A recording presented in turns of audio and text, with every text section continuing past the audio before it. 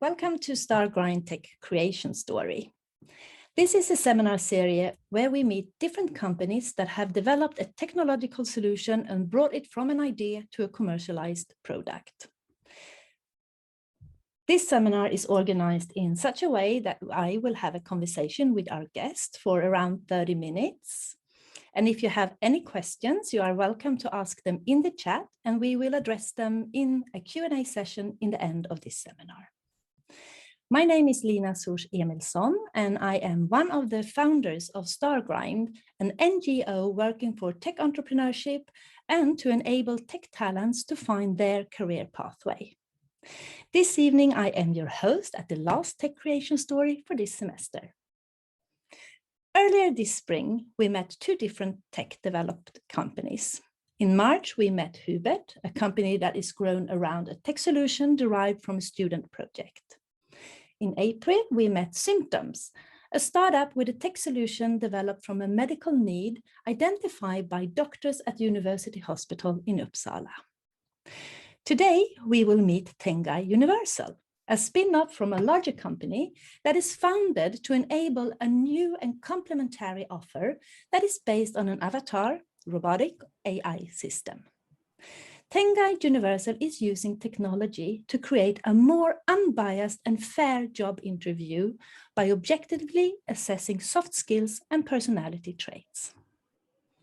With us today, we have Sinisa Strbac, Chief Robot Trainer and Chief Product Officer at Tengai Universal, to share his experience and thoughts on how tech can be developed and commercialized so it actually can make a difference to the market a company is targeting.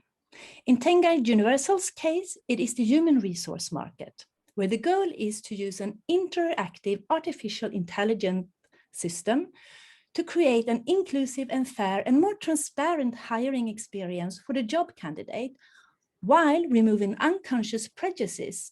So it will enable companies to create a smart and diverse team. Welcome to Tech Creation Story, Sinisa. Thank you. Thank you for having me. And very good introduction, actually, for Tengai. It's actually a Tengai unbiased that we call it from the beginning. Oh, my mistake. That's okay. We are happy to have you here, Sinisa. I thought we could start up by you introducing yourself a little bit so we get to know you, who you are, what your background is, and where you come from. Yep. Well, actually, my background is within recruitment. I have been working within the recruitment industry since 2006 with the different agencies, Poolia, TNG, before Tengai, and have been both developing recruitment processes, trying to challenge status quo, old ways of thinking. The last company before Tengai was TNG. That's more of an innovative company within industry.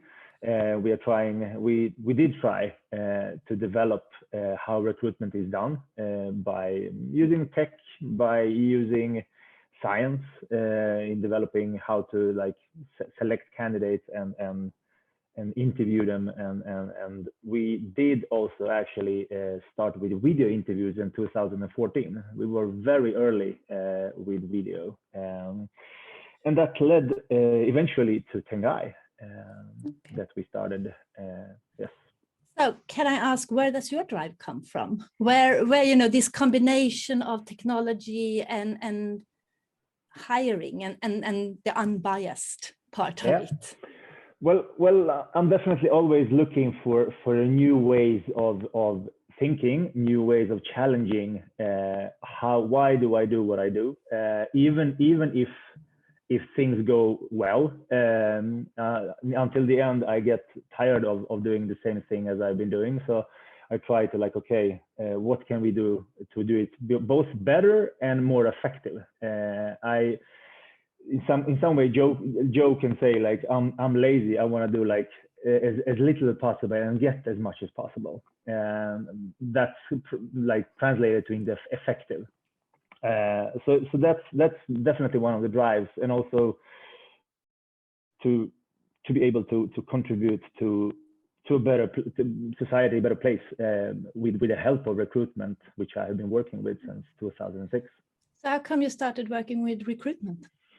Oh, that's a long story. Okay, then we make it short. Yeah. Well, I've been only interested in like why do someone gets the job and why it doesn't. So I started actually when I was at college. Also, I was actually in business administration, not the HR, and did my thesis on how to recruit hotel management within Scandic. There was like 2003, and I thought like, okay, I need to have like job experience before I started working with recruitment. 2005, I was finished and realized that I actually don't need to have that much of experience to start working with recruitment. But it's always been like, why do people do what they do? Why do they answer in the way they do? What's like behind that answer?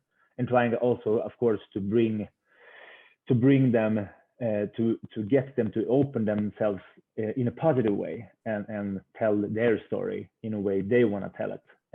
And also, of course, then to combine that with that role that they have like interview for, or maybe something else, or maybe nothing at all, because that's also one of the sides of recruitment.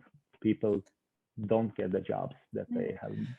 So it's actually a lot of human sciences behind what you are doing, and a big interest on humans and how we react and how we respond and how we make people shine and make the best possible from themselves. Definitely. But what you are working with today, and I think we're going to go in a little bit to your technology now, and we're going to, if you introduce so everybody knows what Tengai is, and then we go back and we start about, how come you started this. But let's start with explaining what Tengai is, so everybody who's listening knows what kind of technology your company is working with. Yeah. Well, I can share a picture of Tengai, so you just see what I will be talking about. Do you see the picture? Yes.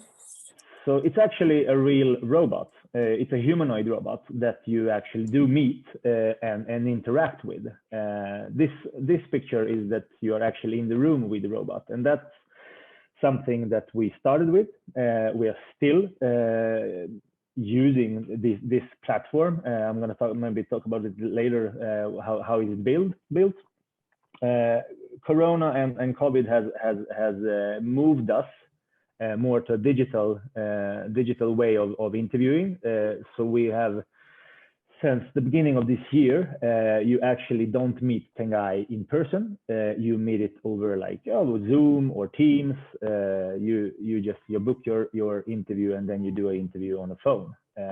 So that's something that we are offering our clients nowadays. But it's a real robot compared to like more software. That when people are talking about robots, they usually meet softwares like chatbots and so on. But this is actually a real robot. So something's physical. So how is it developed? How does it technologically function? And then we're going to go into how you started and how you developed it. But what is it? Yeah. Well, I mean, it's built by a Swedish company called Robotics. And from their basic version is a social robot, which means that you should be able to interact, like have a dialogue with the robot. That's like the purpose of it, and that's also something that we understood from the beginning. Okay, we can actually build something on this like basic version. The face that you saw, it's projection. So you can actually project anything on that face. You can have different kind of faces. We went for this, the one that we are using right now, not thinking about what other faces that were available then. The robot, the Tengai, got very famous. So now it's like we can't change it, even maybe if we want to do it down the road.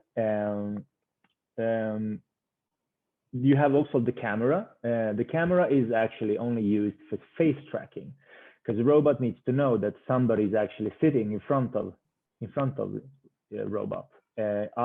Otherwise, it won't start the interview. And also, if you move, the robot will move with you, and that's also a human thing that you need to understand. You need to like feel that this is actually real, and it's all about the face, I would say, and also what it says, all the content. It can speak whatever language we want it to. It's connected to Google's speech recognition, but we can also use Amazon's voices. We have also a Swedish company called Acapella that we're using their voices as well. So actually, you can like connect whichever developer of speech recognition or language into a robot. So it depends which language you want to use. Can I bring us back and ask a very fundamental question here, because we talk about robot, and a robot can be something can have something different definitions for different people. Could you just define what a robot is? So we well, for you. Yeah, exactly. Yeah, I mean, for us, it's of course it's a physical thing or a humanoid that actually is present in a room. It's not a software that you meet like maybe on a screen, or maybe you text with like a chatbot. So it's a real interactive robot. It's not a human, but it definitely, yeah, entity, yeah. But it definitely has human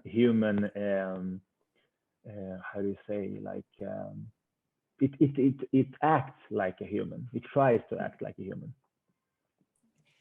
So basically, now you said when COVID hit, you went into a digital format. So the only thing you removed then, I guess, is the physical interaction, the robotic part, and make it into an avatar, which basically is something you see on the computer. Yes. So what has the difference been for? I mean, not much at all. I mean, we needed to like change introduction when interview starts, and some tweaks regarding like connection, so the robot to have a longer listening time and stuff. But otherwise, actually, not that much is different from like when you meet physical Tengai and when you meet it on digitally. So if you would explain for me and for our listeners now, how does an interview with Tengai work? So what could I expect? Yep. Well, there are 3 parts of interview. You have introduction, you have questions, like the assessment part, and then you have the outro, as we call it, like, and the ending of the interview. And introduction is, well, of course, it's built for getting candidates to be like relaxed as much as possible, because I mean most of us have still not met robot at all.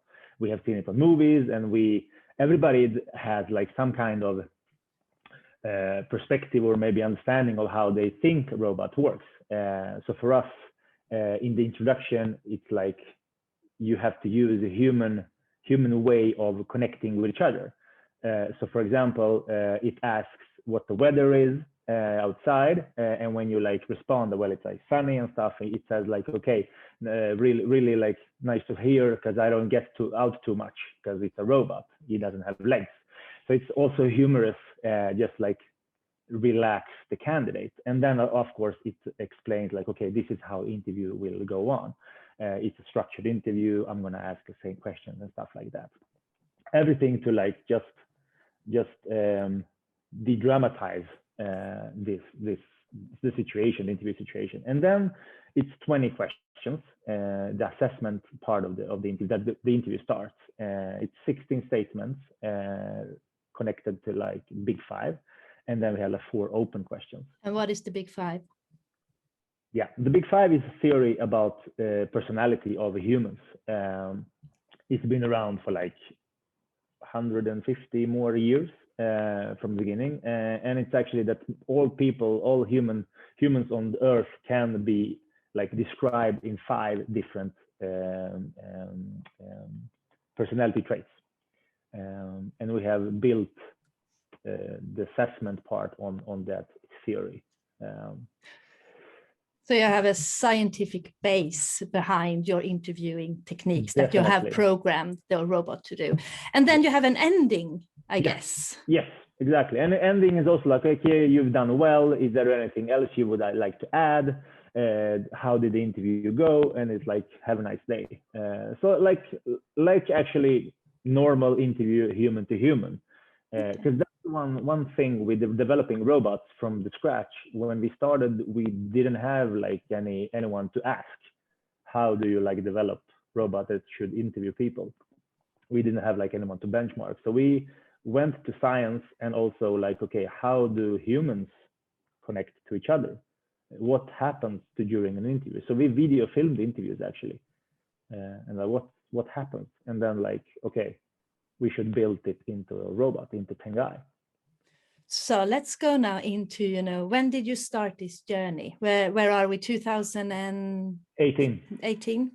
September. So why? How? What was the reasoning? Where does the idea come from? And how did you go about starting this developing process? Well, it was. I worked at TNG then. That's actually is a mother company of Tengai. Now the Tengai is its own company, but it started actually as a project. And as I mentioned, TNG has always been like innovative within recruitment. So we thought that AI is coming, even when it comes to recruitment and HR. So someone, actually wasn't me. Got in contact with another robot actually from Australia that was called Matilda. So that's actually our second robot, Tengai. So we were like, okay, we need to understand what this is and how, if this is something that we could use in our daily work. That's Matilda was first a robot, but then we got in contact with Furhat. And when Furhat presented their platform, we were very certain, with a little bit of not understanding what we are doing, to be honest, but we understood that, okay, this is something that we can do. We can create a robot that interviews people. But where did the idea come from? Why go to a robot? I mean, you have lots of people educated to do interviews. Yeah. So where does the idea spring from? Was it like you saw Matilda and you saw, oh, that's a cool idea, or where did it come from? Well, the idea? Or the reason for it? Science, all the science regarding recruitment, regarding selection methods, how to like evaluate people, says that you need to be structured. You need to like ask the same questions and give all people the same chance to answer these questions. You cannot either like give someone 5 questions, ask them 5 questions because you like them, and then the next candidate gets only 3 questions because you already like decided the one what was better. But I mean, so that's discriminative. So and TNG was always within like unbiased recruitment. So that's one of the maybe the biggest reason, because when you program robots, it will always do what you have programmed it for. And in that way, we created like unbiased, structured evaluation method. Was that like? Yeah, and that also explains the name of your company, Tengai Unbiased. Yes. Okay. Exactly. Yeah. Exactly. Yeah. Right. So then you got this idea. You got in contact with Furhat. That was the tech people, like knowing they already had a system. So what was the challenges for you to move forward? To get it into, so you could actually start to build a business idea around it. And at this point, you were still part of TNG, I guess. TNG. Yeah. Yes. Well, definitely the biggest challenge was what questions should Tengai ask? Why should it ask these questions? And what should this result in? And how do we help recruiter? Because that's like the end goal. We have to like deliver some kind of data or some kind of decision for a recruiter to move forward with. So that was big challenges that we had. So we actually did the same thing. We did the research and came forward with we should do like competency-based questions that are structured. It's like 3 questions per competency or personality trait. And that's like the easy part. Everything else the recruiter can do. Because if everybody gets the same question, they answered it, then it becomes easier to compare them and give some kind of score. So that was like the first. The problem with that was that it didn't result in automatic scoring. So it was effective in a way, but everybody wants to have like, okay, robot has done everything. I just want to know which candidate is best. So that led us to how it is today, and that we have still these open-ended questions, but we have statements. Because it's also about AI. I mean, not AI, but it's like also about how to get Tengai to understand what candidate has said. So how does your artificial intelligence, so AI is artificial intelligence, how does it work? Well, I use that word because I know everybody wants to know like how do we use AI, and actually the AI in the robot is all about NLP, also natural language processing, that we built on Furhat's own unit, that they have like they have a standard basic version, and then we have like developed it further, and it's all about with the help of Google's speech recognition. That we also use. So it's all about understanding what candidate has said, translating audio to text, and then building the decision for a robot. Okay, the candidate says this is the next question. So how are your recommendation on how to work with Tengai for a recruiter today? Should they like use it and then they get a score and they're done, or is it a tool in the process, or how do you recommend to work with it? It should be used early in process, and you maybe have some kind of job ad, and then you should definitely let everybody get interviewed by Tengai, because you don't have to do it. The only thing as it is now, you have to like send them a link to a booking system so they can book their own interview, and then they do the interview digitally. When they are done, you get the score. Like seconds after the interview is done, you have the score in our software that's called Recruit. And then you can build your like decision on either the automatic scoring, or you can also listen to the answers that Tengai has collected and do another scoring. So, and then you can move on forward. So it's kind of a very advanced questionnaire. Well, yeah, I mean, you as a candidate, you get a lot of information before the interview. You get you don't get like questions, but you do get like, okay, this is how they are constructed. These are like traits. So think about it before what you would like to like talk about. But yeah, the questions are not easy. So what do you specifically look at? What do you specifically win by using an AI robotic system instead of a questionnaire? Conversational. The candidate can actually explain it in words instead of maybe doing a personality test, because that's something that Tengai has been compared to, like questionnaire, as you said, like maybe having some like points. You're okay, you have like as it is in personality test. This way, when the robot asks you something, then you actually can say it and express yourself as you would, and we think that that's much better for a candidate than writing it or trying to have some kind of point system. Let's go a little bit into now. So now we have a good understanding about your product and what you are working with and why you are doing what you're doing. Let's talk a bit about how you actually made this a possible business and the decision of moving it out of TNG into a spin-off of itself. So how have you worked with the company, I lost the word, the business model is the word I'm searching for. Well, Because, I mean, yeah, sorry, go ahead. Because I know a lot of people are like struggling with like, how do we make this? This is such a good idea, but how do we make it into something that we actually can have a revenue from? Well, that's a good question. Well, I mean, we did get a lot of attention as we have a robot that's real robot that interviews people. So everybody, I mean, most of the companies in the beginning wanted to like, okay, we have a robot, we can interview. So they wanted to use it more as a PR.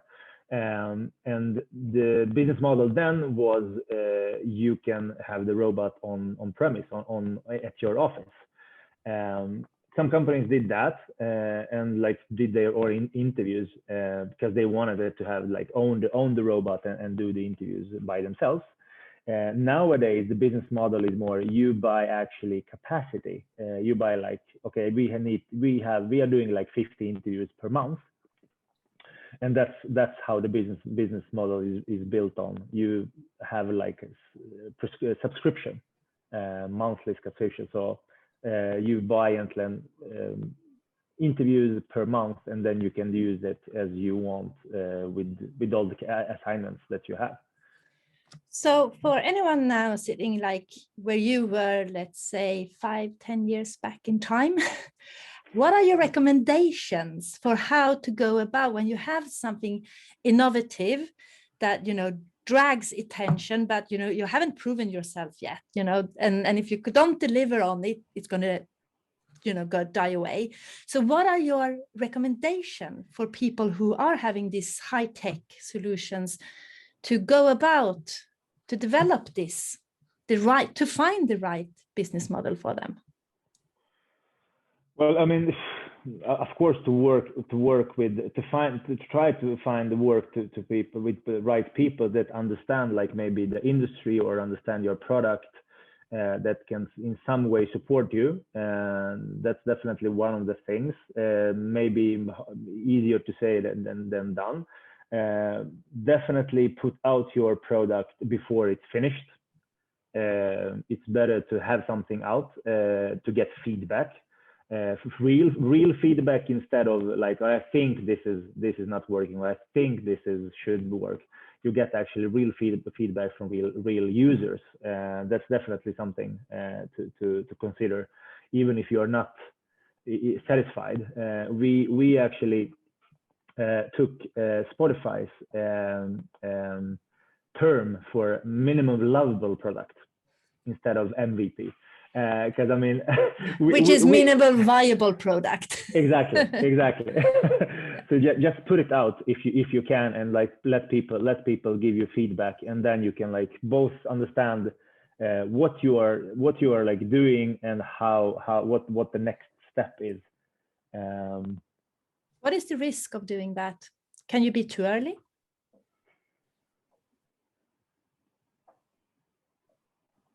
Good question. I would say no, but I mean, because you can always come again. I mean, even if maybe some clients or some early users don't find it like usable or good enough, then you know, okay, this is what we have to do. So also like being more in for a long run.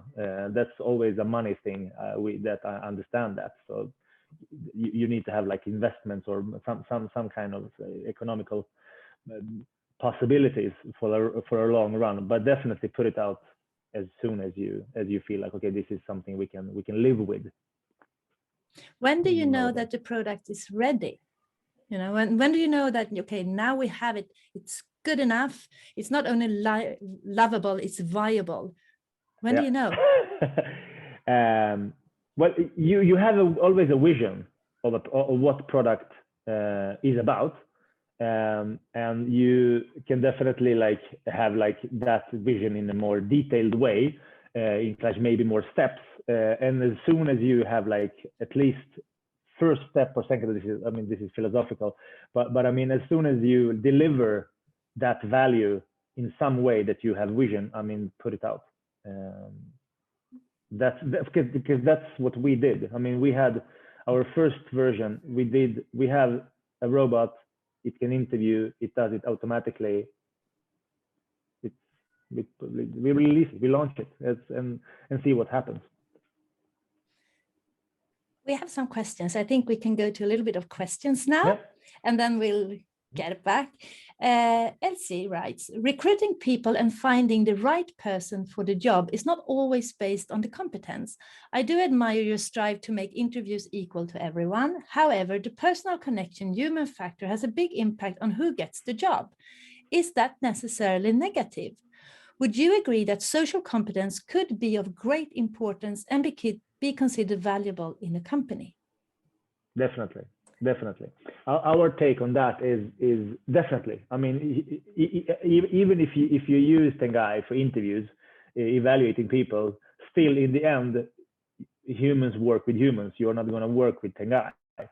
But and if everybody got same chance within a recruitment process to both answer questions, to get to the interview, then fine. But as we see it, as I see it, the world doesn't look like that.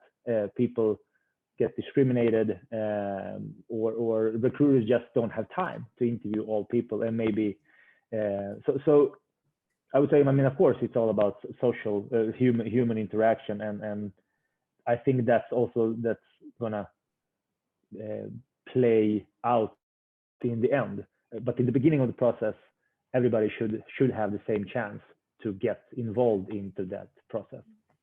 You have a lot of years of experience of recruiting people.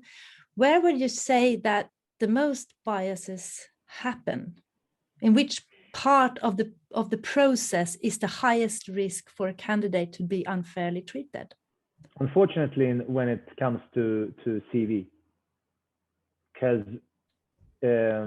you get a no because of what is in your CV.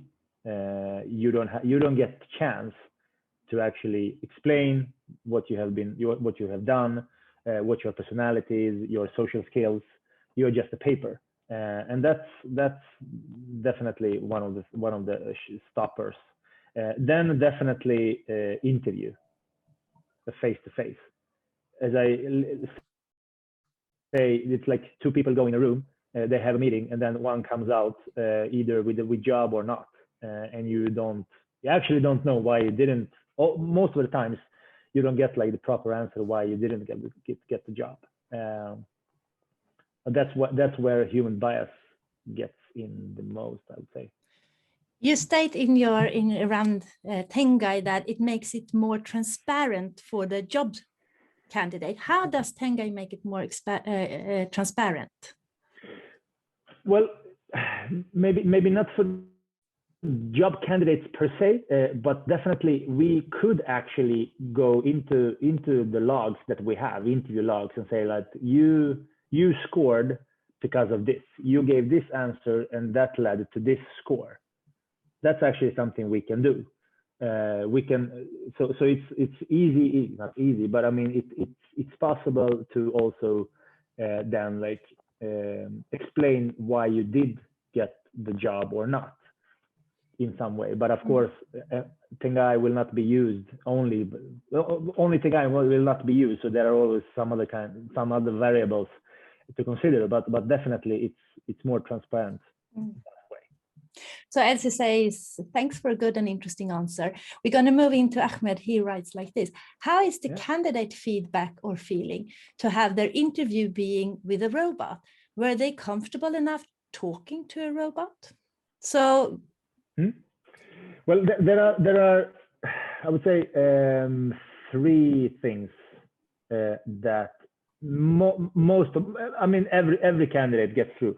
In the beginning, they are like, okay, how is this gonna work? Then they get the intro, they laugh, then they like get relaxed, but then the questions come, and they're like, okay, this is actually for real.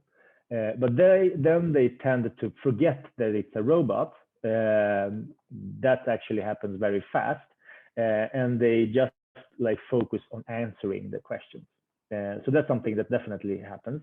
The feedback we also get is that we tend to have like 63 to 67% of all that have been interviewed that would recommend Tengai to other like clients or people to get interviewed by. And the one interesting thing that has happened also with Tengai, but also in some other studies in Japan, that people are more honest with a robot than to a human being. Perhaps, or maybe, or I think that it's because they are not being judged. Nobody is on the other side and either like smiling or like going back with the body because they like that was not like good answer. So that's what most of the feedback. But there is one also feedback that we are actually challenged by, or that's that they some candidates feel like, okay, I would like to have like more questions because I wanted to talk about this, and Tengai doesn't do that. Tengai just has its own questions. So that's something that we are working with right now, actually.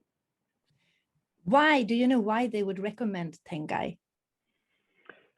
Because I think people understand why this is good. It is unbiased. You get to answer the questions in a way you want to answer them, and you get like everybody gets the same chance. That's I think something that most of candidates realize. Elias writes, if testing off the shards with Tengai becomes a prerequisite to an interview or a chance at the job, do you envision a time when Tengai is figured out and one can buy a course on how to score perfectly on the interview?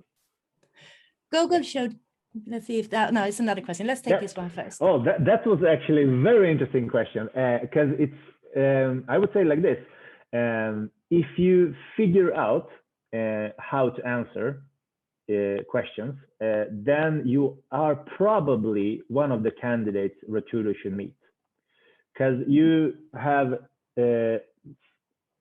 probably a good cognitive how do you say you have like ability. Thank you. Yes, cognitive ability. So that's one of the things. And that's something that we definitely work with, because we understand that people, those that do that, understand, okay, this is how I should answer. But for us, that's okay, because probably you should move forward.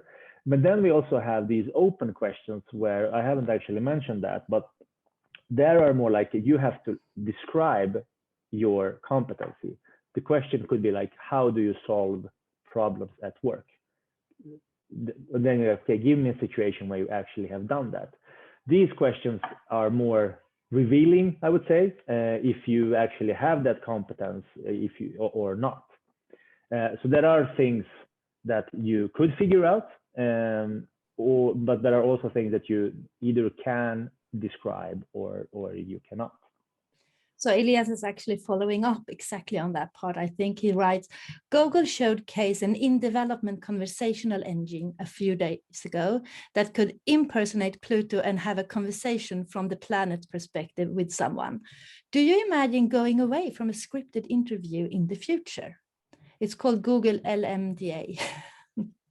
Okay, I don't know what script. What was the? Do you imagine to go away from a scripted interview in the future? I'm not sure what scripted means in that way. Maybe a structured interview. Maybe. Let's see. Lambda is an advanced conversational AI technology, he says. So it's like. Okay. Maybe Elias want to come up and fill in exactly.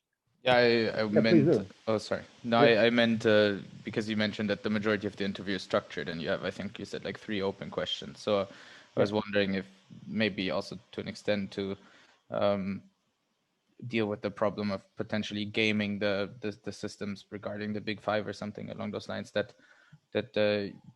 like how essentially how you see the future of natural language processing, and if you think that in a conceivable time frame, let's say the next 3 to 5 years, we're at the point where your robot could have a fully natural evolving discussion versus something that follows kind of structured questions. Yeah. Well, I mean, very good question.